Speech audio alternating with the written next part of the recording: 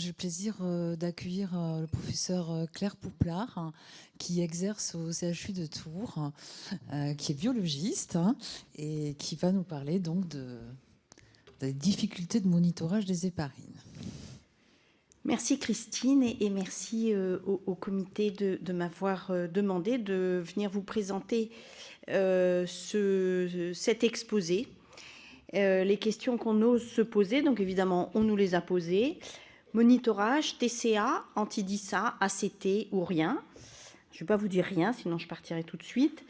Et puis, ce qui est intéressant, c'est que vous allez retrouver certaines slides des présentateurs précédents. Donc, on est bien dans la même continuité.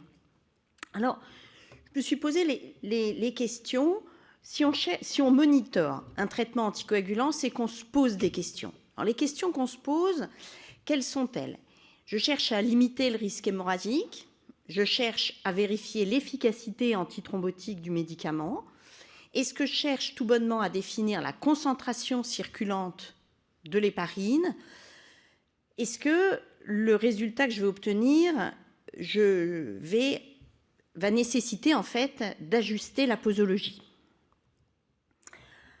Alors, je suis biologiste. Les questions que je vais essayer de résoudre, c'est quel test et comment choisir ce test. Pour choisir un examen biologique, on se pose plusieurs questions. Qu'est-ce que je cherche à mesurer? Dans quel délai j'accepte d'obtenir le résultat? À quel coût?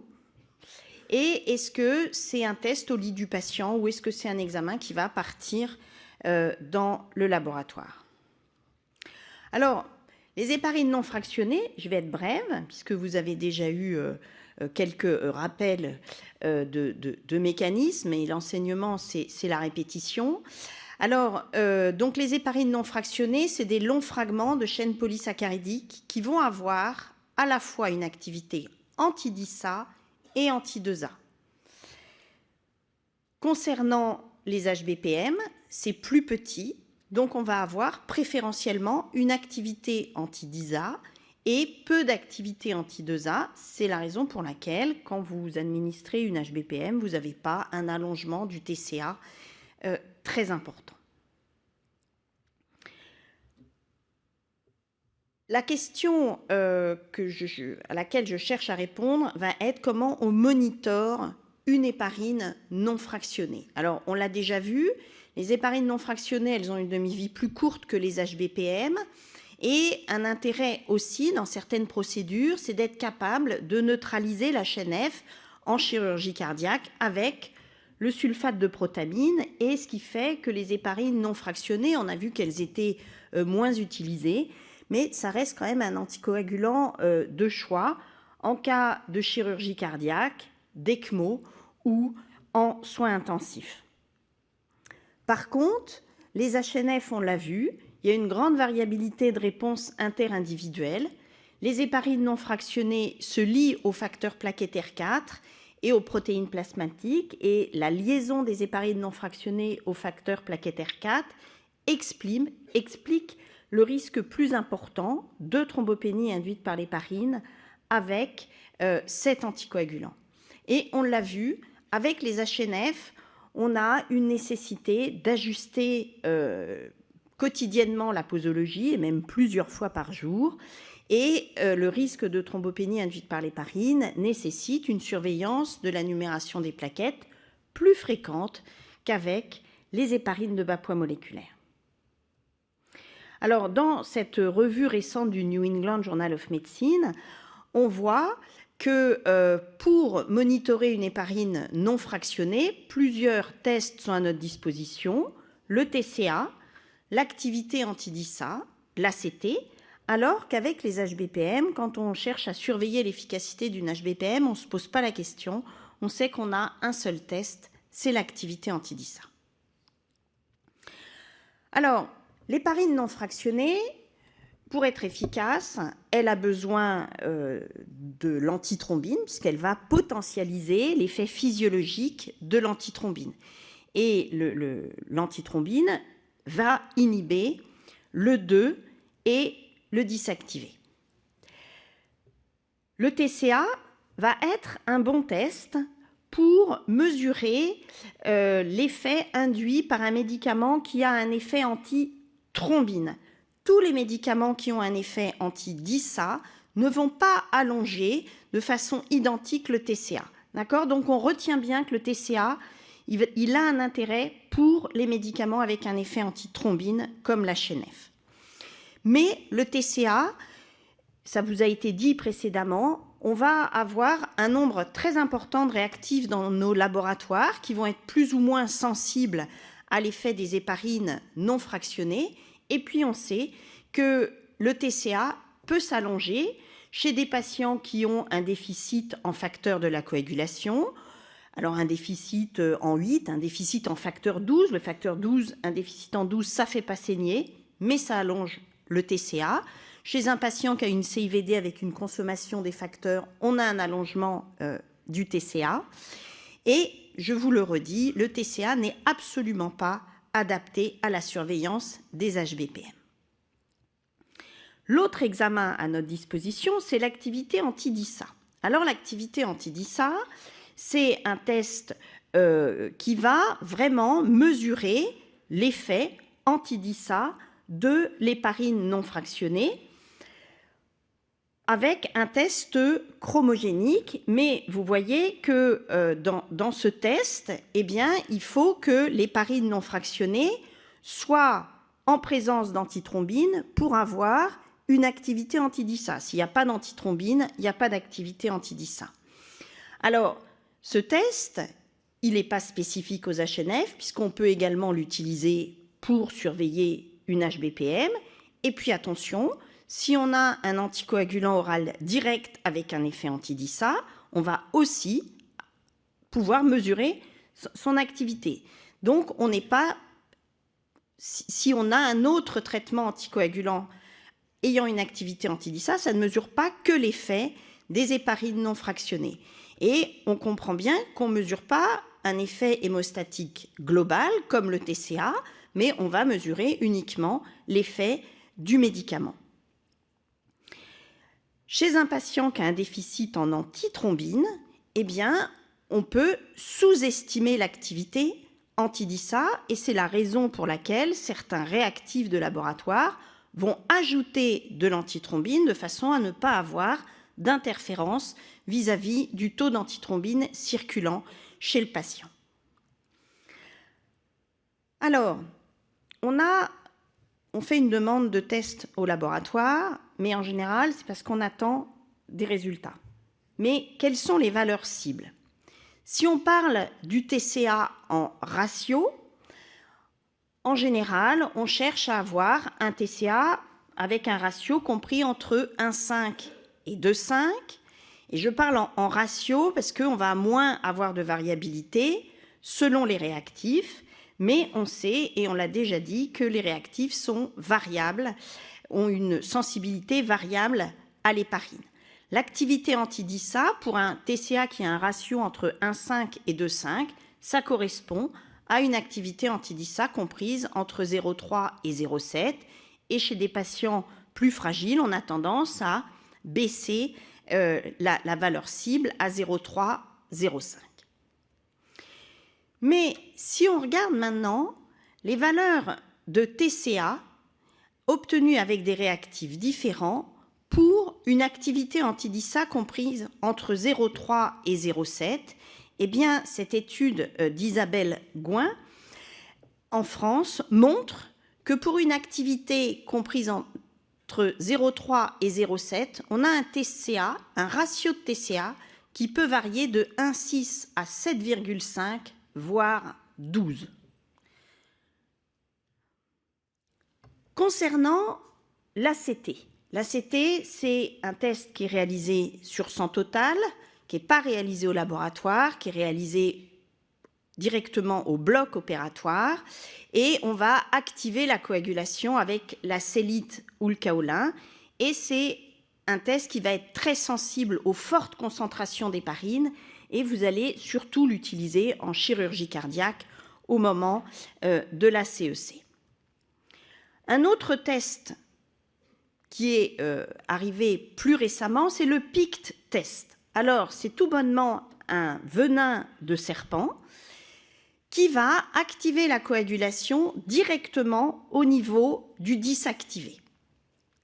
Ce réactif peut être utilisé pour activer la coagulation dans différents systèmes. Alors voilà, je vous ai présenté l'ACT, le PIC test, le TCA, l'anti-DISA. Pour l'instant, je ne vous ai pas dit lequel choisir, et c'est la question que l'on se pose. Concernant l'ACT, eh bien, concernant l'ACT, si vous regardez ce diagramme, cette figure en haut à droite, eh bien, vous voyez que l'ACT n'est absolument pas corrélée aux concentrations d'héparine administrées. Donc, l'ACT, je pense qu'on va le laisser au bloc opératoire en chirurgie cardiaque avec CEC, mais absolument pas pour surveiller l'efficacité d'un traitement par héparine non fractionnée. Je vous présente ici les résultats d'une étude récente réalisée en pédiatrie, où les traitements par héparine non fractionnée, en 2015, l'équipe utilisait l'ACT et puis elle est progressivement passée en 2018 avec une surveillance des ECMO sur l'anti-DISA.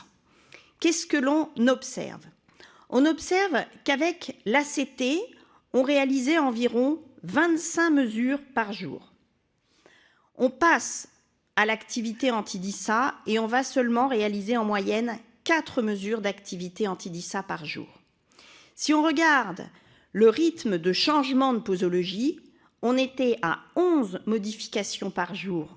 Avec l'ACT, on passe à 2 modifications de posologie avec l'activité anti-DISA. Et donc, vous voyez ici les variations des concentrations, des doses d'héparine qui sont administrées quand on surveille en haut avec l'ACT versus en bas quand on mesure avec l'activité anti-DISA. Et en plus, quand on regarde les complications et les changements de membrane et de circuit suite à des complications thrombotiques, eh bien clairement, on en a moins quand on surveille l'anticoagulation sur l'anti-DISA.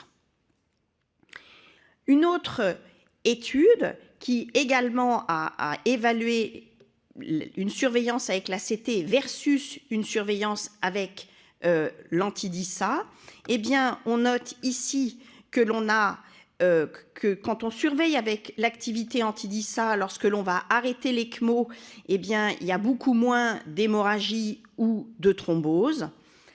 Et en conclusion, eh bien, vraiment, l'ACT n'est pas adapté pour monitorer un traitement par héparine non fractionnée. Quid du PICT test qui est plus récent? On va avoir moins d'études. Ce qui est sûr, c'est qu'on voit que ce test est beaucoup mieux corrélé avec l'activité anti-DISA et ces résultats sont confirmés dans une étude plus récente où on voit ici que le PICT test en seconde est très bien corrélé à l'activité anti-DISA. Alors cela dit, quand vous rentrez chez vous, ne demandez pas des PICT tests à vos biologistes puisqu'il n'y en a pas beaucoup dans les laboratoires à l'heure actuelle. Donc un test prometteur, mais des données disponibles encore insuffisantes. Alors, TCA ou activité anti-DISA? Eh bien, on avait, il y a un petit moment, réalisé un mémoire de DES sur cette question et on avait interrogé le groupe du GFHT et on sentait bien que on faisait les deux, on faisait l'un ou on faisait l'autre. Et puis, ce qu'on voyait, c'était qu'on avait des discordances entre ces deux tests et on ne savait pas quoi faire de ces discordances. Alors, ce qu'on regarde, en effet, c'est que vous voyez ici que pour une activité anti-DISA compris entre 0,3 et 0,7 et un TCA dans les ranges, eh bien c'est le petit carré du milieu. On n'a pas beaucoup quand même de résultats concordants. Grosso modo, on a presque 50%, pas plus de résultats concordants quand on compare les deux tests. Alors, pile ou face, qu'est-ce qu'on fait? Si on regarde cette étude de l'équipe de Lille sur 265 patients, près de 1700 dosages, eh bien, ils avaient 50% de résultats qui étaient concordants entre le TCA et l'activité anti-DISA. Et souvent, le TCA était trop court, voire même trop long, quand l'anti-DISA était dans les cibles. Et cette étude est intéressante parce qu'on observe ce qu'on a dit dans le premier exposé, que quand on surveille avec l'activité anti-DISA, c'est ici les points bleus, eh bien, on s'aperçoit qu'au bout de 24 heures, on a près de la moitié des mesures qui sont dans les cibles, et à 48 heures, en mesurant sur l'activité anti-DISA, tout le monde est dans la cible, alors que si on prend comme surveillance le TCA, à 48 heures, on n'a que 48% de nos patients qui sont dans la valeur cible. Et cette étude montre aussi qu'en surveillant sur l'anti-DISA, on va moins fréquemment changer la posologie. C'est également une étude en milieu pédiatrique où ils ont réalisé 2 périodes. Une période où on adaptait les posologies sur le TCA et une autre sur l'anti-DISA. Et on voit ici que c'est avec la surveillance de l'activité anti-DISA qu'on va être plus fréquemment dans les valeurs cibles attendues. Donc c'est également une étude en faveur d'une surveillance de l'activité anti-DISA. Ok, je vous ai parlé de tests, je vous ai parlé de valeurs cibles, mais vous, ce qui vous intéresse plus, c'est se dire, ça thrombose ou ça saigne? Eh bien, cette méta-analyse qui vous a été présentée précédemment montre en effet que si on surveille sur l'activité anti-DISA ou sur le TCA, eh bien, il n'y a pas plus d'événements hémorragiques ou thrombotiques avec l'un ou l'autre de ces tests. Alors, quelles sont les réponses, TCA ou anti-DISA? Eh bien, j'aurais tendance à dire, si on veut limiter le risque hémorragique, les deux fonctionnent. Si on veut limiter le risque thrombotique, les deux fonctionnent aussi. Si on veut définir la concentration circulante de l'héparine, il faut utiliser l'activité anti-DISA. Et si j'ai besoin d'ajuster le traitement, eh bien, je serai plus à l'aise en utilisant une activité anti-DISA. Il est important que vous connaissiez les interférences des autres anticoagulants sur ces 2 tests. Si vous avez un patient sous HNF, sachez que si vous avez un autre médicament qui a une activité anti-DISA comme le Xarelto, l'apixaban ou le danaparoïde ou l'Arixtra, eh bien, vous allez augmenter votre activité anti-DISA. Deux slides assez brèves sur la réponse altérée à l'héparine. C'est-à-dire que souvent, vous vous posez des questions parce que vous dites « mais pourquoi mon activité anti-DISA n'est pas dans la cible ?» Alors, je sais en fait qu'il y a un autre topo durant le congrès sur la résistance à l'héparine, mais quand vous n'arrivez pas à obtenir la cible, la résistance à l'héparine, c'est une question encore très large parce que la définition, elle n'est pas universelle. Est-ce qu'on parle de résistance à l'héparine parce que le test biologique, vous n'arrivez pas à l'obtenir dans les valeurs cibles avec les posologies usuelles, ou est-ce que vous avez une complication thrombotique chez ces patients?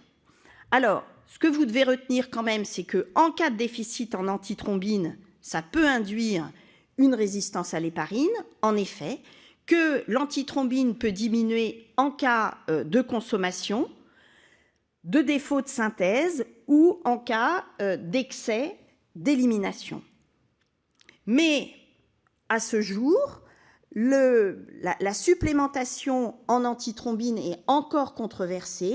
On n'a pas réellement de concentration cible d'antithrombine bien définie. Les doses peuvent être variables et en fait, les critères d'administration aujourd'hui sont pas bien définis. Je vous remercie pour votre attention et je remercie également Isabelle Gouin qui a participé, avec lequel j'ai eu quelques échanges. Merci beaucoup, Claire. Merci beaucoup. Si tu veux, tu peux même venir t'asseoir ici pour la session des questions d'après.